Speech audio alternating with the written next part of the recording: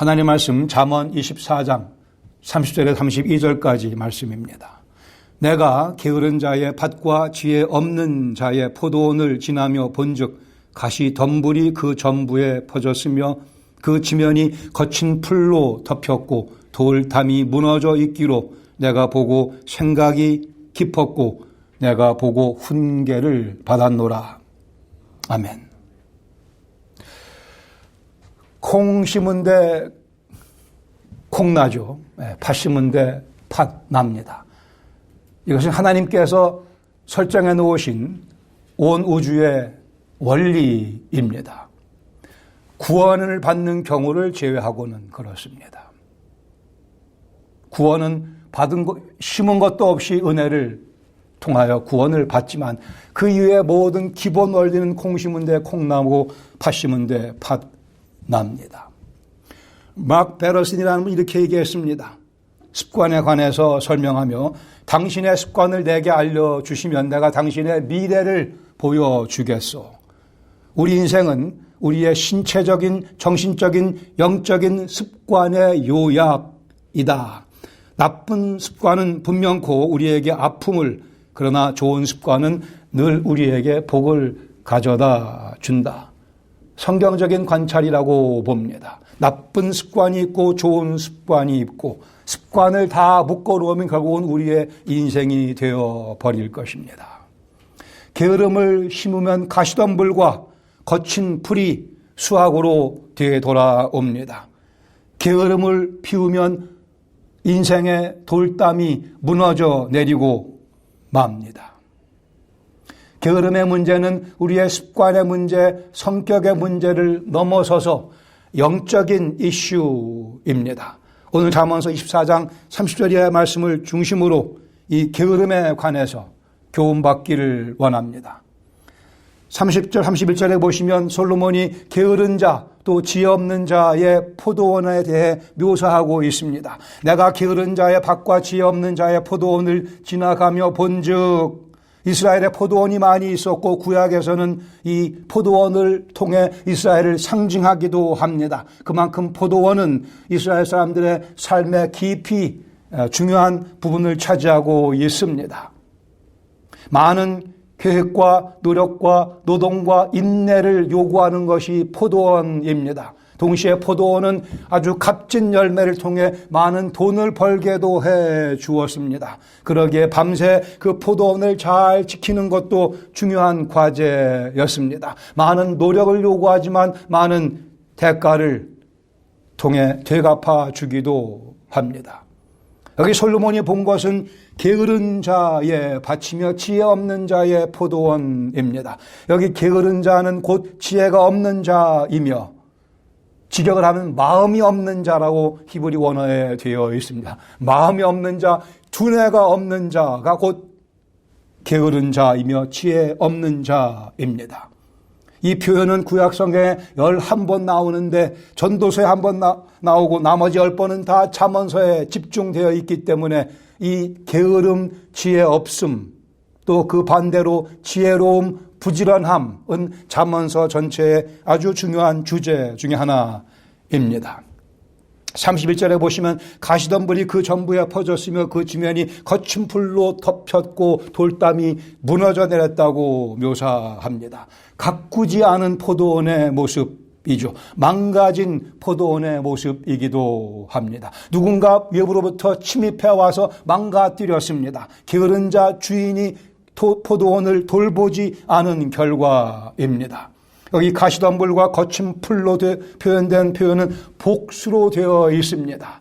그래 거친 풀과 가시덤불이 빽빽하게 높이 그 포도원 전체를 덮고 있음을 강조합니다. 창세기 3장에 보시면 하나님께서 타락한 아담과 하와에게 벌을 내리신 과정 가운데 땅도 저주하십니다. 땅이 내게 가시덤불과 엉겅퀴를 내며 타락의 결과로 이 땅이 가시덤불과 엉겅퀴로 다 뒤덮인 것과 마찬가지로 게으른 자의 포도원은 그러한 모양이라고 심판받은 모양과 같다고 말씀합니다. 사탄이 장난치고 간 그 모습이라는 뜻이기도 합니다.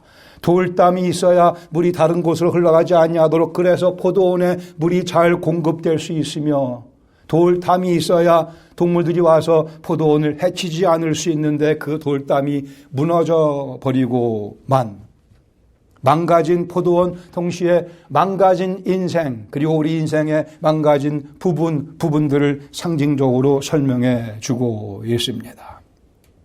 32절에 지혜로운 자 솔로몬의 반응이 기록되어 있습니다. 내가 보고 생각이 깊었고 그 망가진 포도원을 보고 솔로몬은 깊은 생각에 잠기게 되며 그리고 거기서 훈계를 받았다고 설명합니다. 게으른 자는 보고도 깨달음이 없으나 지혜로운 자는 보고 깨달음을 얻게 되며 교훈까지 받게 됩니다. 보고 그 다음에 반응이 중요합니다. 당시의 일상 가운데 쉽게 볼 수 있는 그런 소재를 즉 포도원을 사용하면서 여기 지혜자는 우리에게 중요한 교훈을 게으름에 대한 경고의 말씀을 그리고 부지런한 자가 누릴 복에 대해서 교훈하기를 원하고 있습니다. 우리가 오늘 그 교훈을 받기를 원합니다. 듀크 유니버시티의 한 연구에 의하면 우리가 하는 것 중에 45%는 습관적인 것이라고 합니다. 자동적으로 우리가 그 일들을 합니다. 아침에 일어나서부터 우리가 하는 일 중에 45%는 별 생각 없이 늘 매일 하는 일이기 때문에 그 일을 계속한다라는 얘기죠. 그렇다면 나머지 55%는 우리가 계획하며 선택하며 하는 일이 될 것입니다. 우리 중에 누가 게으른 사람이 어디 있습니까마는 그러나 우리 삶 속에 숨겨져 있는 자그마한 게으름을 제거하자는 것이 오늘의 가르침의 내용입니다. 우리 속에 있는 자그마한 게으름들을 제거하고 나면 우리 인생은 훨씬 더 효율적이며 주 앞에 더 귀하게 쓰임받을 수 있기 때문에 그렇습니다. 가시덤불과 거친 풀을 제거하도록 합시다. 부지런히 보고 배우고 깨닫고. 첫 번째, 게으름은 범죄입니다. 게으름은 범죄입니다. 게으른 자와 지혜 없는 자를 성경은 동일시합니다. 지혜 없는 자, 두뇌가 없는 자, 궁극적으로 하나님에 대한 생각이 없는 자 또는 하나님에 대한 생각이 아주 적은 자, 하나님이 희미한 우리의 영혼의 상태이기도 합니다.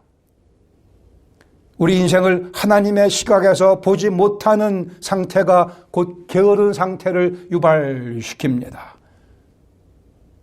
하나님에 대한 생각이 분명하면 게으를 수가 없다라는 뜻이 되기도 하죠. 그런 면에서 게으름은 범죄입니다. 어젯밤에도 저는 이 말씀을 준비하다가 또 이 게으름의 범죄를 저지른 것 같습니다. 뉴스를 조금 더 많이 본 것 같아요. 덜 봤어야 되는데. 여기저기서. 예수님께서 마태복음 25장에 보시면 악하고 게으른 종아라고 책망하는 장면이 나옵니다. 게으름은 곧 악한 것입니다. 전도서 4장 5절에 우매자는 어리석은 자는 게으른 자는 팔짱을 끼고 있으면서 자기의 몸만 축내는도다. 이 표현을 주목하셔야 할 겁니다. 제가 오늘 잠언서에 있는 말씀들을 많이 인용하겠지만 전도서와 말씀 하나하나가 콕콕 전곡을 찌르는 그러한 뛰어난 하나님의 지혜입니다. 팔짱을 끼고 있으면서 자기 몸만 축낸다고 말씀합니다. 팔짱을 끼고 게으른 것은 인생이 자기 것이라고 생각하는 잘못된 오해에서 기인됩니다. 그러기에 내 인생 내 마음대로 할 수 있다고 하는 오만의 결과입니다. 우리 인생 우리 거 아닌데 내 마음대로 내가 원할 때 늘어지고 게으를 수 있다고 생각하는 것이 범죄인 것입니다. 내 인생의 주인은 따로 계심을 인정하지 아니하는 것. 하나님께서 주신 이 인생 낭비하는 것, 게으름, 범죄입니다. 이것은 하나님의 것을 훔치는 것과 동일합니다. 잠언서 10장 26절 말씀합니다. 게으른 자는 그 부리는 사람에게 마치 이의 식초 같고 눈에 연기 같으니라. 연기가 막 피어오르면 눈이 따끔따끔해지고 식초를 막 들이부으면 입이 쉬어집니다. 부리는 사람, 우리의 주인이신, 또 아니 우리 일상생활 가운데 우리의 인플로이어들에게 식초 같고 연기 같은 인생이 된다고 말씀합니다. 주님께서 그리 즐기시는 모습이 아니라는 뜻이죠. 하나님께서 우리를 부리시는 분이십, 우리의 주인이십니다. 주인께서 좋아할 리가 없으시죠. 또 잠언서 19장 24절에 말씀합니다. 게으른 자는 자기의 손을 그릇에 넣고서도 입으로 올리기를 괴로워하느니라. 안 표현을 너무나 정확하게 그리고 강조하면서 콕콕 찌르며 말씀합니다. 게으른 자는 자기 손을 그릇에 넣고도 스테이크를 포크로 찍고도 그것을 입에 가져가기를, 이게 싫다는, 그게 게으른 자의 정확한 모습이라고 성경은 지적해서 가르쳐 주고 있습니다. 게으름은 하나님 주신 인생을 낭비하게 만들기 때문에 인생을 망치게 할 것이며, 인생을 망치는 것은 하나님의 것을 망치는 것이기에 범죄라고 말씀합니다. 우리가 조심해야 합니다. 이 명제를 마음속에 심으시기 바랍니다. 게으름은 범죄이구나. 신인 동시에 크라임이기도 합니다. 하나님께 대한 범죄이기도 하고 사회에 대한, 그리고 우리 가족에 대한 범죄이기도 합니다. 게으름은 범죄요. 두 번째, 게으름은 우리를 속입니다. 교묘하게 속입니다. 사탄의 모든 유혹과 공격이 그러하듯이 게으름도 교묘하게 우리 삶 속에 찾아옵니다. 본문 바로 뒤에 33절에 보면 이렇게 말씀합니다. 내가 좀 더 자자, 좀 더 졸자, 손을 모으고 좀 더 누워있자 하니 내 빈궁이 강도같이 오며 내 공핍함이 군사같이 이르리라. 이 말씀은 중요한 말씀이기 때문에 잠언서 6장 10절 11절에 똑같은 말씀이 기록되어 있습니다. 제가 소시적에 고등학교 아니면 대학교 그때인데, 그때 우리 가끔 교회에서 어디가 철야기도하고 합니다. 철야기도 해보셨죠? 제가 그 기억이 지금도 잊혀지지가 않습니다. 철야기도하면서 기도하다가 또 말씀을 같이 읽기도 하지 않습니까? 그때 하다가 이 잠언서를 읽어나가기 시작을 했어요. 돌아가면서 성경을 읽는데 제 차례가 됐는데 제가 그만 졸고 있었습니다. 옆에 있는 친구가 콕 찔러서 깨서 빨리 잠언서 6장 10절을 읽으라고 했습니다. 잠언서 6장 10절입니다. 틀렸어요. 또 누가. 6장 10절 11절에 똑같은 내용이 있는데 제가 그 말씀을 읽을 차례가 돼서 제가 자다가 깨어나서 좀 더 자자, 좀 더 졸자, 손을 모으고 좀 더 누워. 제가 잊을 수가 없습니다.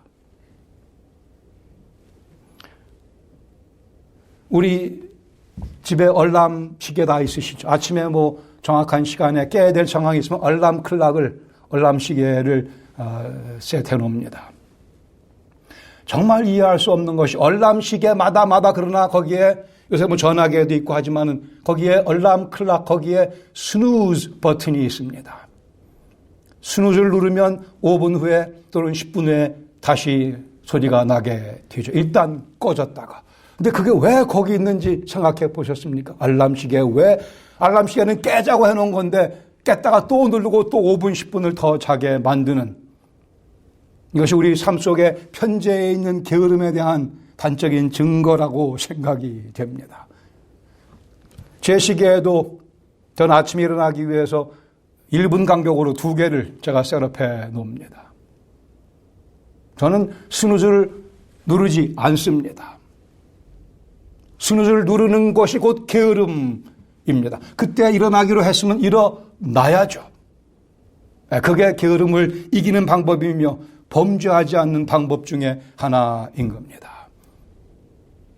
거기 좀 더 자자, 좀 더 졸자, 손을 모으고 좀 더 누워있자 이렇게 되어 있습니다. 좀 더를 3번 반복하고 있습니다. 이게 일어나지 않겠다는 건 아니에요. 일어나겠다는, 근데 어떻게 해요? 조금만 더, 잠깐 조금 더, 3번씩이나 스누즈를 3번 누르는 경우죠. 우리가 게으름에 반대하지 않습니다. 그러나 조금 요 정도는, 오늘의 말씀 가운데 우리가 제거해야 될 것은 바로 요 정도는입니다.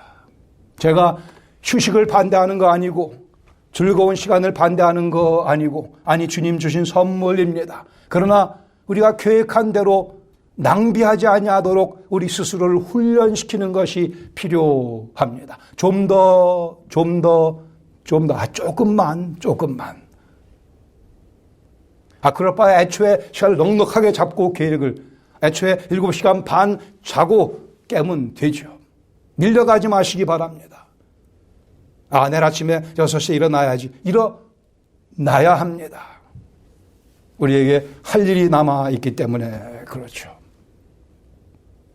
사탄이 게으름을 교묘하게 이용합니다. 계획은 세우지만 실천을 미루는 것이 게으름입니다. 좋은 아이디어가 막 이거 해야지. 그리고 그것을 하지 않는 것이 게으름입니다. 좋은 것을 알면서 그 좋은 것을 취하지 않는 것이 게으름입니다. 여러분 생각해 보시죠. 내 주위에 내가 그리스도 안에 살아가며 지금 내가 취할 수 있는 것들, 그리고 취해야 되는 것들, 취하면 좋은 것인 줄 아는 것들 중에 지금 내가 취하고 있지 아니한 그 모습이 곧 게으름입니다. 사탄이 교묘하게 우리 생각을 망가뜨려서 그것을 게으름으로 보지 못하게 만듭니다. 그렇게 하지 않으므로 우리가 많은 좋은 것들을 지금 놓치고 있습니다. 주님께서 그것을 하라고 원하시는데 그것을 하지 않고 있습니다. 아니면 나중에. 우리는 그리스도인으로 어떻게 살아가야 되는지 잘 알고 있습니다. 그러나 게으름 때문에 그것을 뒤로 미루며 조금만 요거 끝나고 나면 저거까지 하고 나서 게을러서 공부 열심히 안 해서 인생 성공하지 못한 사람도 있거니와, 게을러서 그 아름다운 좋은 꿈을 이루지 못한 사람도 많거니와, 게을러서 구원을 받지 못한 영혼들도 많이 있습니다. 우리에게는 게을러서 주님께 더 귀하게 쓰임받을 수 있는데 쓰임받지 못하는 게으름의 아픔이 우리 삶 속에서 제거돼야 할 것입니다. 말씀하기를 빈궁과 곰핍이 군사같이 무섭게 우리를 찾아올 것이라 말씀합니다. 빈궁과 공핍, 경제적인 그러한 빈궁, 공핍일 수 있습니다. 게으른 사람 돈을 벌기 힘드니까는요. 그러나 모든 궁핍이 다 게으름의 결과는 아니겠으나 게으른 자는 분명히 궁핍함으로 갑니다. 여기서는 더 나아가서 우리 영혼의 만족감이 없음을 의미합니다. 게으르고 나면 만족감이 없어집니다. 잠언 21장 25절에 말씀하기를 게으른 자의 욕망이, 게으른 자가 원하는 바 그 게으름이 자기를 죽인다고 말씀합니다.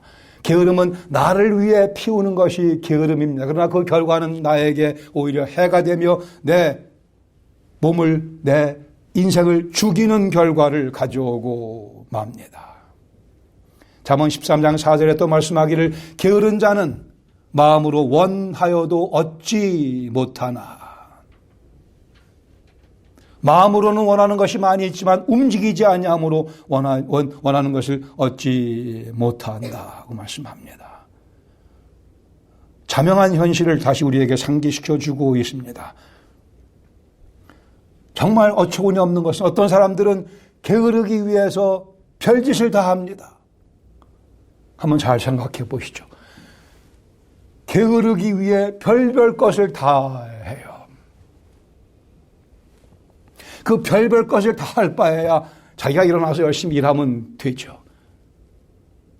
그러기에 이 게으름은 범죄라는 아이디어를 지울 수가 없습니다. 여기 사탄이 이 게으름을 교묘하게 사용하고 있습니다. 그래 적지 않은 사람들이 게으름을 위해 많은 것들을 희생합니다. 자기 몸을 죽입니다. 원하는 것을 얻지 못합니다. 게으름을 위해 아무것도 희생시켜서는 안 되죠. 이것이 지혜로운 판단이며 지혜로운 선택입니다.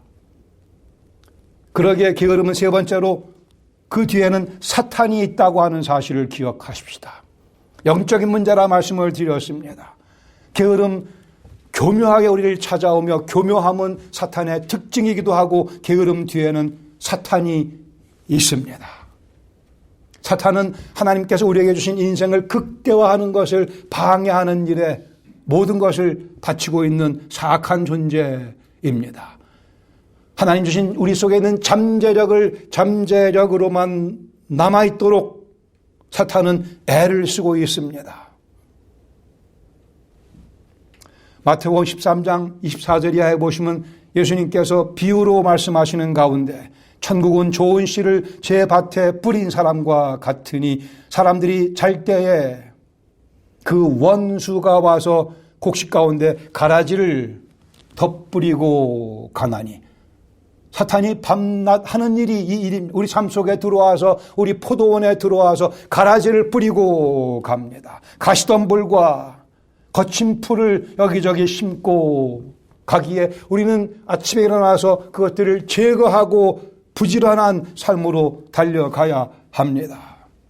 우리 인생은 우리의 세심한 관심을 요구합니다. 우리의 부지런함을 요구합니다.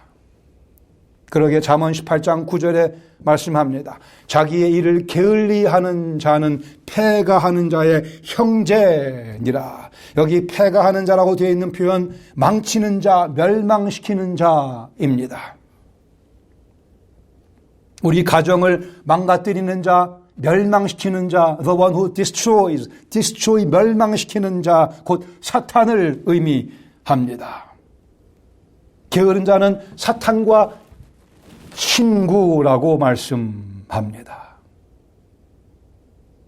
삼가 조심해야겠죠. 사탄과 친구가 되어서는 안 될 것입니다. 사탄 자신은 게으르지 않습니다. 사탄은 우리를 게으르게 만드는 일에 아주 부지런을 떱니다. 우는 사자와 같이 두루 다니며 삼킬 자를 찾는다 그랬습니다. 우리를 게으르게 만들며 우리를 삼켜버리고 말기에 우리는 게으름을 경계해야 되며 게으름 뒤에 사탄이 쭈그리고 앉아있음을 자기 몸을 숨기고 있음을 우리는 볼 수 있어야 합니다. 사탄의 친구, 게으른 자입니다. 잠언서 6장 9절에 말씀하기를 그러기에 게으른 자여 내가 어느 때까지 누워 있겠느냐 내가 어느 때까지 잠이 깨어 일어나겠느냐 잠에서 깨어 일어나기를 촉구하며 우리 영혼을 뒤흔들고 있습니다. 우리는 예수님 만나 뵙는 그 순간까지 게으름과 계속 싸워 나가야 할 것입니다. 왜요? 게으른 것은 사탄의 친구가 되는 모습이기 때문에 우리는 본래 게으릅니다. 선한 것보다 악한 것을 더 좋아하는 경향이 아주 짙었었는데 그것밖에 없었는데 예수님 믿고 우리 속에 주님께서 새 마음을 의로운 것을 추구하는 마음을 선물로 주셨습니다. 이 둘 사이에 게으름의 문제가 놓여 있습니다. 그러게 마지막으로 성령 충만함으로 우리는 게으름을 극복할 수 있게 됩니다. 방법은 단 하나, 성령 충만함입니다. 서점에 가면 많은 책들이 있습니다. 소위 self-help, 어떻게 하면 내 인생을 더 멋지게 만들 것인가에 대해 수많은 엄청나게 많은 책들이 있고 팔리고 있지만 결정적인 솔루션, 해결책은 성령 충만입니다. 성령 충만할 때 내가 왜 부지런해야 되는가 그 목표가 우리 앞에 선명하게 보여질 것이며 성령께서 힘을 주심으로 해서 내 힘으로 할 수 없는 게으름을 이겨낼 수 있으며 부지런한 모습으로 손과 발을 움직일 수 있게 됩니다. 게으름의 문제를 해결할 수 있는 궁극적인 해결책은 성령 충만을 통해 내가 오늘도 하나님의 영광을 위해 살겠다라고 하는 의욕과 다짐입니다. 하나님의 영광을 위해 살겠으니 성령님 저에게 지혜와 힘을 주시기를 원합니다. 이 기도가, 이 간구가, 이 외침이 능히 우리를 게으름에서 헤어나올 수 있게 우리 인생의 가시덤불과 거친 풀을 넉넉히 제거해 줄 수 있게 됩니다. 그리고 이 목적이 아닌 바에야 부지런히 살아본들 인생 별 의미 없습니다. 그러기에 이 게으름의 문제를 성령 충만과 직결시키는 이해와 선택이 우리에게 필요합니다. 골로새 1장 29절에 사도 바울의 살아갔던 모습이 잘 묘사되어 있습니다. 이를 위하여 나도 내 속에서, 이를 위하여 본인의 복음 사역을 위하여 나도 내 속에서 능력으로 역사하시는 이의 역사를 따라 나도 힘을 다하여 수고하노라. 바울의 인생 수고하는 삶이었습니다. 애쓰는 삶이었습니다. 그러나 그 속에서 인스파이어 힘을 북돋아주는 분이 계셨고 바울은 그분의 내 속에서 역사하시는 그 능력을 따라 그 능력 뒤를 내가 따라가며 그러나 그 이끄시는 은혜의 힘으로 나도 힘을 다하여 수고하노라. 여러분에게 제가 다시 한번 거기 수고한다고 되어 있는 편 원어를 기억해 주시기 바랍니다. 이 수고한다고 하는 것은 코피 나게 일한다 그런 뜻이죠. 코피 터질 만큼 일하는 거죠. 수고하는 원어는 코피아오입니다. 코피아오. 게으름이 몰려올 때 이 원어를 기억하세요. 코피아오. 그런 거 같지 않으세요? 수고하는 코피아오. 우리 속에 이러한 순진하고도 순수한 열정이 필요합니다. 나는 주님을 위해 코피 좀 흘리고 싶습니다. 제가 신학대학원에서 강의할 때 많이 강조했습니다. 특별히 신학 공부하는 목회자가 되겠다고 하는 분들에게 중요한 것은 열심히 성경 말씀을 공부하는 겁니다. 그래서 제가 격려하는 차원에서 이 코피아오를 설명하면서 페이퍼 내거나 시험지에 코피가 한두 방울 떨어져 있으면 내가 무조건 A 주겠다 그랬어요. 염소의 피를 바르는 사람도 있었고 그러면 안 되죠. 진짜 코피가 나야죠. 한번 말씀을 정돈하며 생각해 보기 내가 주님을 위해 코피를 흘렸던 적은 있던가. 주님을 위한 수고를 누가 방해합니까? 사탄이 항상 방해합니다. 내일 하면 어때? 내일 하면 어때? 사탄의 음성입니다. 성령께서는 말씀하기를 오늘 하지, 지금 하지 이렇게 말씀하십니다. 제 생각에는 그렇게 부지런한 삶, 게으름을 떨쳐버리고 가시덤불과 거친 풀을 내 삶에서 제거해버리면 우리 건강도 좋아지고 살도 조금 빠지고 근육도 더 생길 것이라 저는 생각합니다. 내일 하면 어때? 사탄아 물러가라. 조금만 더 사탄아 물러가라. 성령님의 음성에 귀를 기울입시다. 지금 하지. 우리에게 주님께서 잠재력을 허락하셨습니다. 잠재력. 사탄은 그 잠재력을 묻어두기 위해 우는 사자같이 두루 다니고 있습니다. 성령님께서는 그 잠재력을 폭발시켜서 부지런한 삶으로 주님께 영광 돌려드리며 내 삶 속에 하늘로부터는 만족감으로 가득 채워주기 원하십니다. 제임스 위슬러라고 하는 화가 유명한 분이라고 그래요. 이분이 캔버스를 오더했는데 연락이 오기를 그 캔버스가 우송되는 과정 속에 분실되고 말았다고 합니다. 누가 그에게 물었습니다. 그 캔버스의 가치가 얼마나 됩니까?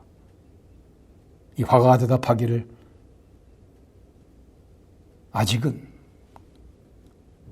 아직은 이라 답을 했다고 합니다.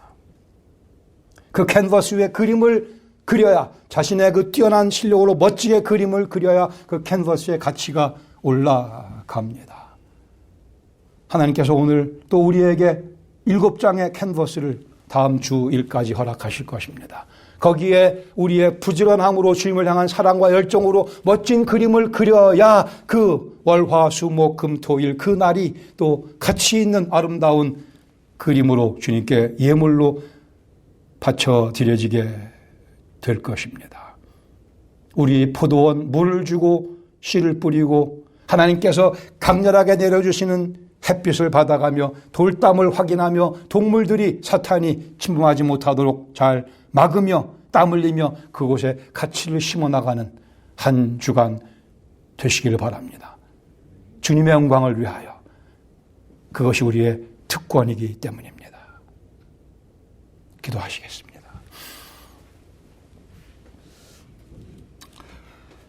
일곱 장의 캔버스가 주어집니다. 조금 사탄의 음성인 것을 이제 쉽게 깨달을 수 있기를 바랍니다. 오늘 지금 성령님의 음성입니다. 우리 인생은 지금까지 살아온 것보다 더 찬란하게, 더 귀하게, 더 멋지게 사용될 것입니다. 게으름을 제거하면, 주님을 향한 열정 때문에, 주님을 향한 사랑 때문에 우리가 더 부지런을 떨면 하나님께서 우리의 순진한 그 열성 사용해 주실 것입니다. 우리의 가정의 삶에서, 우리의 일터에서 주님을 위해 더 부지런하게 살아갑시다.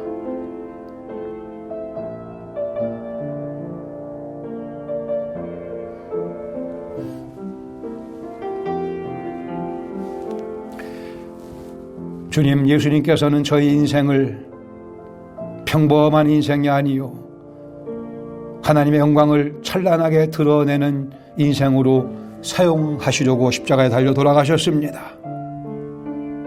그리고 부활하셨으며 그 능력을 오늘 저희들에게 공급해 주십니다. 말씀 배운 대로 가시던 불과 거친 풀을, 게으름을 제거하며 주님의 주신 능력으로 멋지게 그림 그려나가는 한 주간 되게 하여 주시옵소서. 우리 속에 일하시는 하나님의 그 모습을 저희들의 부지런함을 통하여 주위 사람들에게 보여주는 귀한 제자의 삶 살아 주님 기쁘시게 해드리는 한 주간 되게 하시옵소서. 예수님의 이름으로 기도합니다. 아멘.